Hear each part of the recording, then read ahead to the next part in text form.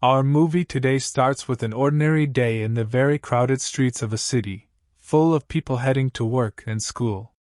Suddenly, an employee stops his car in the middle of the road, blocking all the cars behind him. This happens because he is blinded by a strong white light hitting his eyes. The light keeps getting stronger until he loses his sight completely, and everything around him turns white.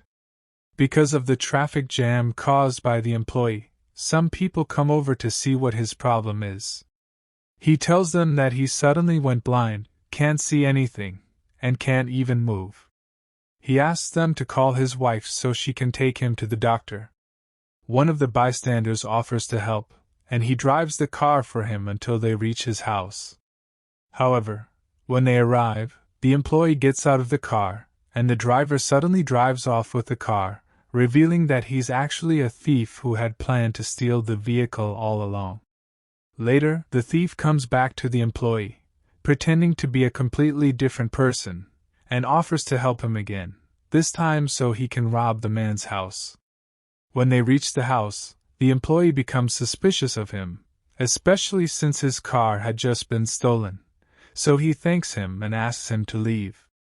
After some time, the employee's wife comes home to find the house in a mess. She sees her husband injured because he couldn't find his way while being blind. When she asks him what happened, he tells her that he's suddenly lost his sight and can't see anything. She immediately takes him to an eye doctor to get checked. Because of his urgent condition, he gets to see the doctor before the other patients.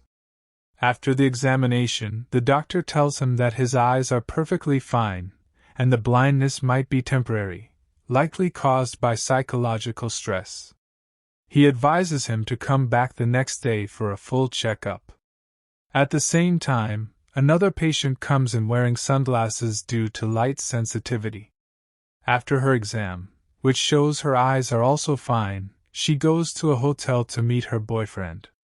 However, in the middle of the night, she wakes up screaming, realizing she has gone blind too. Her boyfriend gets scared and leaves the room. People help her pack her things and leave the hotel. Meanwhile, the doctor goes home and talks to his wife about the employee's strange case, expressing how unusual it is since there's no actual issue with the man's eyes. He mentions he's considering studying the case more closely. The next day, the doctor wakes up and discovers that he too has gone blind. In a state of panic, he tries to distance himself from his wife, fearing the blindness might be contagious. But she refuses, telling him she's been by his side all night, and if the blindness is contagious, she's already infected. The doctor contacts the hospital and reports the case of contagious blindness. He learns that a child who was at his clinic the previous day has also caught the disease and is now hospitalized.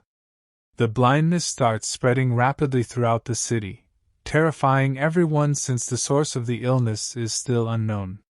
The government decides to take immediate action, quarantining the infected. An ambulance comes to take the doctor to quarantine, but his wife refuses to be separated from him. She lies, claiming that she's also infected, so they allow her to go with him. They are the first two to arrive at the quarantine hospital. Soon after, another group of infected people arrives, including the employee, the woman from the hotel, the child, and the thief. Upon hearing the employee's voice, the thief runs toward him, starting a fight, blaming him for his blindness. The employee also argues with him for stealing his car.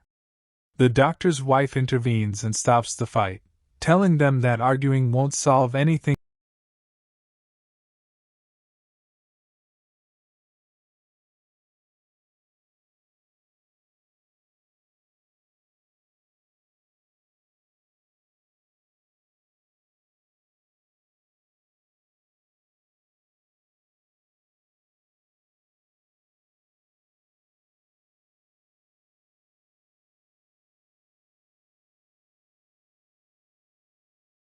But she doesn't stay silent.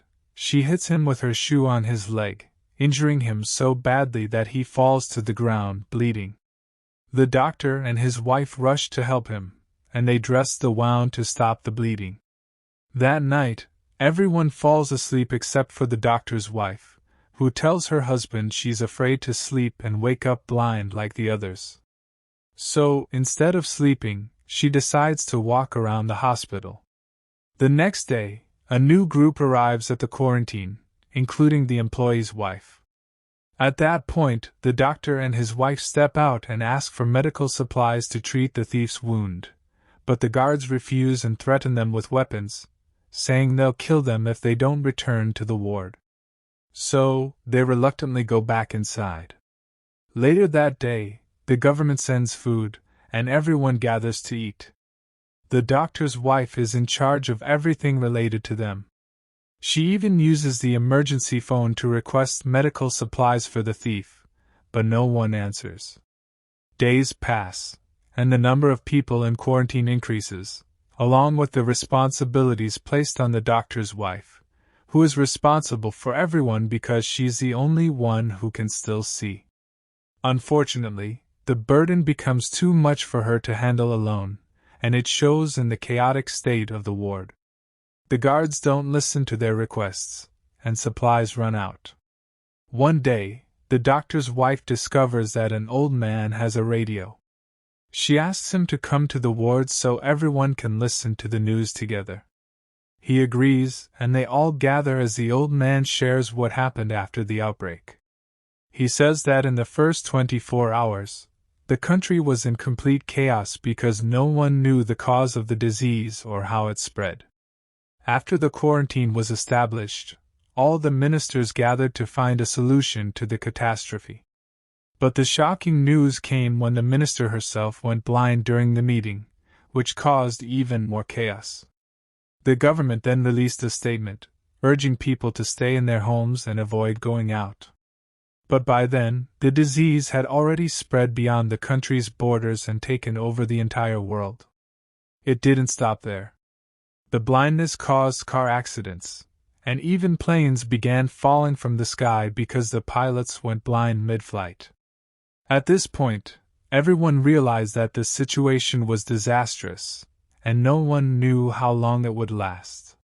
To lighten the mood, the old man turned on some music, and everyone got absorbed in it, as they hadn't heard music in weeks. That night, a new batch of patients arrived at the quarantine. Due to the large number of people and the crowding, 3 of them broke away from the lines, prompting the guards to kill them without mercy, leaving their bodies lying in the yard.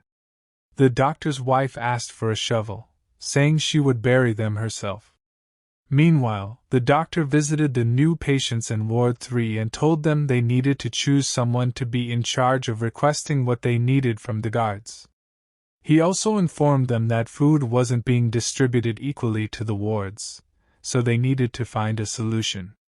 At that moment, one of the patients stepped forward and challenged the doctor, declaring himself the king, and said that from now on, all orders would go through him. The doctor walked away rather than argue with him.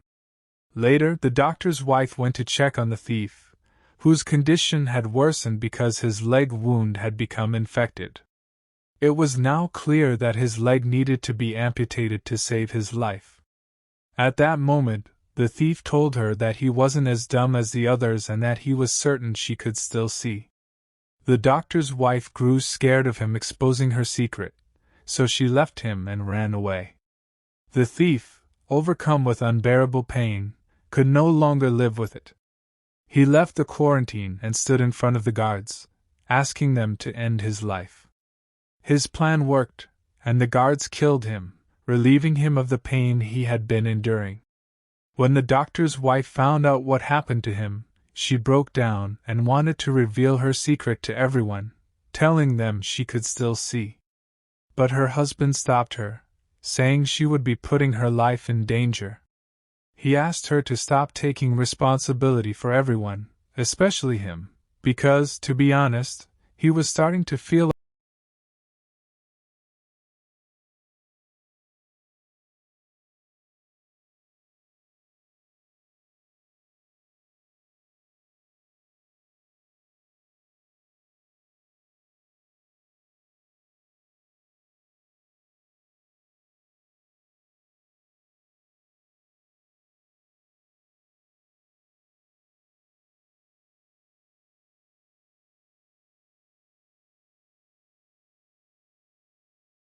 And not only that, but he also tells them that he's taking all the food for himself and his ward. He tells them that if anyone wants food, they can take it, but only for money. At that moment, everyone gets angry at his words and they all rush to the storerooms to take the food. But when they get there, they find the king stopping them, holding a weapon and firing a shot in the air, which scares them. When the doctor's wife tells him that they don't have any money to buy the food, he tells her that they can gather the most valuable things they have and buy food with that. And indeed, the doctor and his wife start gathering all the valuable items from the patients in their ward. The doctor's wife notices a pair of scissors with one of the patients, smiles, and hides it to use as a weapon during emergencies. The doctor takes the gathered items and heads to the king of the third ward to get food. The king distributes 3 boxes of food to each ward, no matter how many people are in it. At that moment, the doctor notices that the king's assistant is writing in Braille. From the sound of the writing, he realizes that the assistant is naturally blind and not infected like the others. This realization leads him to confront the assistant, telling him that he should be the most empathetic toward the patients, instead of oppressing them. His words anger the king, and as punishment, he gives him only 2 boxes of food instead of 3. This causes a shortage in meals, and the patients are forced to share 1 meal between 2 people. Another week goes by, and unfortunately, their food runs out. The king speaks to them again, telling them that this time the food won't be in exchange for valuable items, but for the women. He orders each ward to send the women to the third ward, and the amount of food they receive will depend on the number of volunteers. Of course, no one agrees to the king's orders, and they continue to refuse for 3 days. But eventually, they give in due to the gnawing hunger. 9 women from the ward volunteer, including the doctor's wife, and they go to the third ward. Sadly, only 8 return, as one of them dies due to the assault she endured. The next day, the assistant provokes them with his words, but the doctor's wife doesn't stay silent. She tells him that one of the women died because of them, which shocks the assistant and fills him with brief regret. That day, it's the second ward's turn to send their women to the third ward, but the doctor's wife can't bear the injustice anymore. She takes the scissors and goes to the third ward, managing to reach the king and kill him with the scissors. The assistant realizes what happened and chases after her with a gun. But because she can see, she dodges all his shots and tells him that from now on, she won't stay silent. She will kill them one by one until they stop their oppression. She returns to the ward and tells the doctor what she's done. He tells her that they're in big trouble now. However, his wife doesn't give up or get scared. She admits to everyone that she can see and shares how she got her revenge on the king of the third ward. She tells them they must protect themselves and the ward because they are now at war.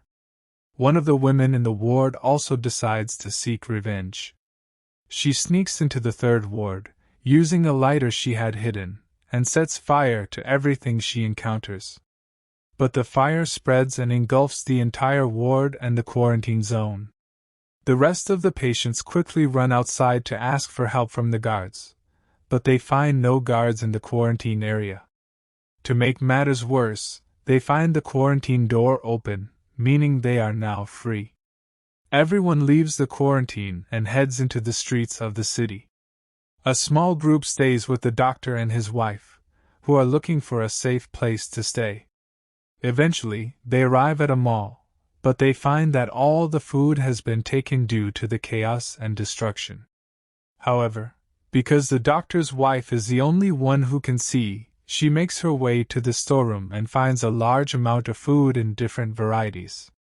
She takes as much as she can and heads out. But the people of the city smell the food and surround her. She screams for help, and her husband rushes to save her. They manage to escape from the mall together, but the doctor realizes that he left behind the clothes he had gathered. He leaves his wife in a safe place and goes back to retrieve the clothes, then returns to her. They rejoin the group that was with them from the beginning, and the doctor's wife tells them they will now go to her house to stay there. She leads them to the house, which is still in the same condition as when they left it. Luckily, no one had broken in. They take advantage of the rain to wash themselves and their clothes. The doctor's wife then prepares a feast with the food she took from the mall, after they had spent months eating terrible food just to survive. Days pass, and they live peacefully together in the doctor's house. One day, the doctor's wife talks to the clerk, expressing her concern that their food supply is running low.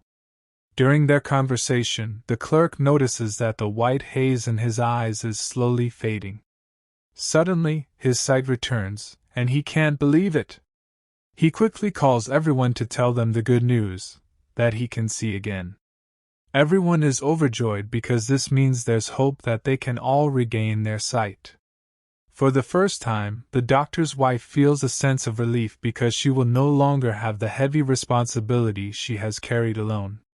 She opens her eyes without fear for the first time since the outbreak of the disease. But she remembers that the clerk was the first to be infected in the city, and now he's the first to recover. She is the only one who hasn't been infected yet, which makes her fear that she will be the last to catch it. She opens her eyes terrified, but realizes she was looking at clear water and is relieved. She remains healthy and continues to see as she always has. And that's where our movie ends for today. I hope you all enjoyed it. Don't forget to support us with a like and a subscribe,